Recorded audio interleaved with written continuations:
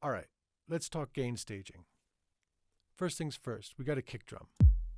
It's coming in at 0 dB. It's at the stereo output, 0 dB full scale. It's not distorted. We're in good shape. But we have no headroom, right? As soon as we add anything, we're going to be going over 0, which means we're hitting our converters with too much level, which means we're clipping. Now, we use clipping to our advantage, but we never use clipping to our advantage on the converter itself at the mix stage, okay? So we always need to have this stereo output below 0.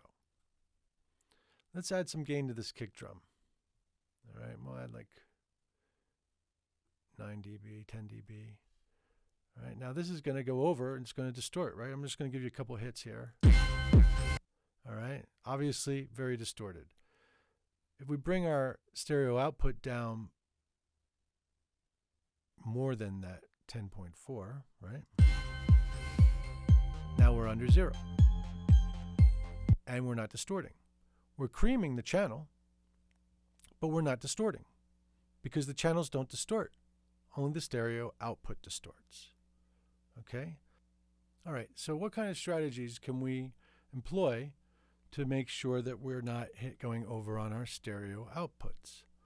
Well, we could start the mix with our faders down here, right? Now we're below 0. But we'll probably end up more like this by the time we start adding other instruments. And I don't really like to have my faders that low, right? Okay, so there's other ways of doing this. We can use clip gain. See this kick drum, watch these waveforms here. I'm going to move this gain down and make the waveform much smaller. So now we're down 7 dB. Let's mute this stuff here. And our kick drum is hitting around -6. Probably still too hot actually once we start adding other instruments. So maybe we want to bring it down a little more. That might be all right. Some people suggest you bring it down to -18. I mean, if you go down to -18, you'll definitely have plenty of headroom. You probably don't need that much. But even if you gave yourself too much headroom, you can always put it back. We have ways of doing that. So what else can we do? Let's go back to here. Let's put our kick drum back at 0. And then let's make some buses. We'll call this drums. And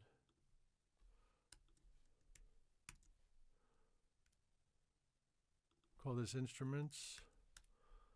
All right. It's very common. If I have a bunch of drums, I'll put them on a drum bus, and a lot of times I'll process stuff on them, and then this goes out. In this case, it's going out to the stereo output, right? So we can always just, let's just do this. We can always bring down our bus faders, and we're good. But then our bus faders are down. We can always bring our individual faders down to our bus. But what I like to do is I like to set up another bus, which is called the all bus. And the all bus, everything in the session goes to the all bus. These are bus to here, but the buses then are bus to the all bus. And what that allows me to do is if I have way too much gain coming out stuff, right? Let's just add a ridiculous amount of gain and put a bunch on here too. And so I've added so much gain, I'm going to bring this way, way, way, way down.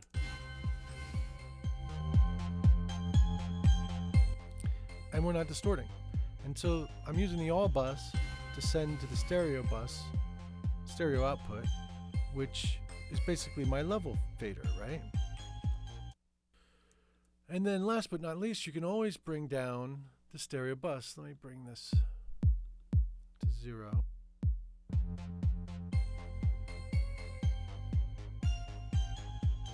The all bus doesn't distort. So even though we're going over here, we're not going over on the stereo output, so there's no distortion. Okay? One last thing.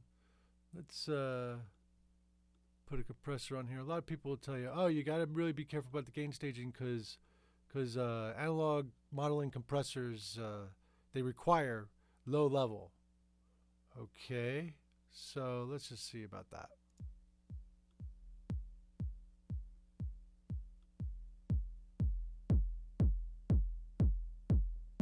Listen to that. We're not going over 0 anywhere, but we're distorting. That's by design. That distortion I can use, because that distortion I'm deriving from a plugin. Now, that's what people are talking about when they say that's not optimal. Oh, that's not optimal. Well, yeah, but I can use that. Not that I would. I'd probably rather have it clean, but there's times where I can use that. So when someone tells you that something's not optimal, you have to understand that that's them telling you that. You need to listen to what you do. And if it sounds the way you want it to sound, then you're good. So you don't have to worry about like your level to your compressor, because if you have too much level to your compressor, then you'll have no headroom on your compressor.